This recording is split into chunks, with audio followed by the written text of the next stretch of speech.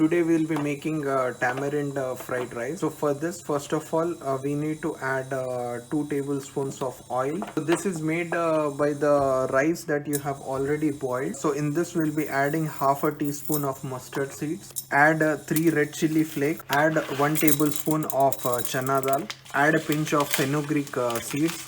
So these are fenugreek seeds or methi dana. Add a bunch of curry leaves. To this add 3 green chilies chopped into very small pieces.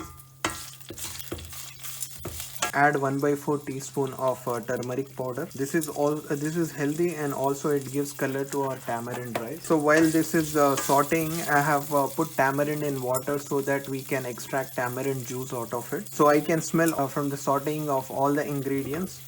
So to this we'll be adding tamarind juice. This is about 1 cup of tamarind juice. So I'm going to add this. To this we'll be adding about half a teaspoon of red chili powder. Add 1 teaspoon of coriander powder. Add 1 teaspoon of cumin powder. And mix this well.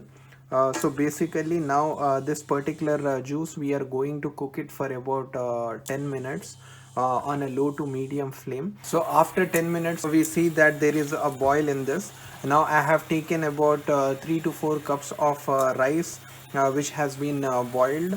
So we'll directly add this into the tamarind mixture.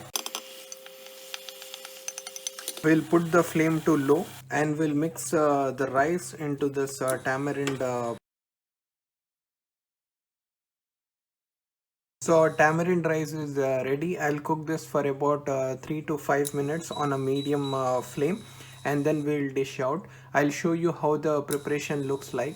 Thank you so much to support my channel. Please like, share and comment on the videos of any recipes that you would want us to make. Take care. Bye bye.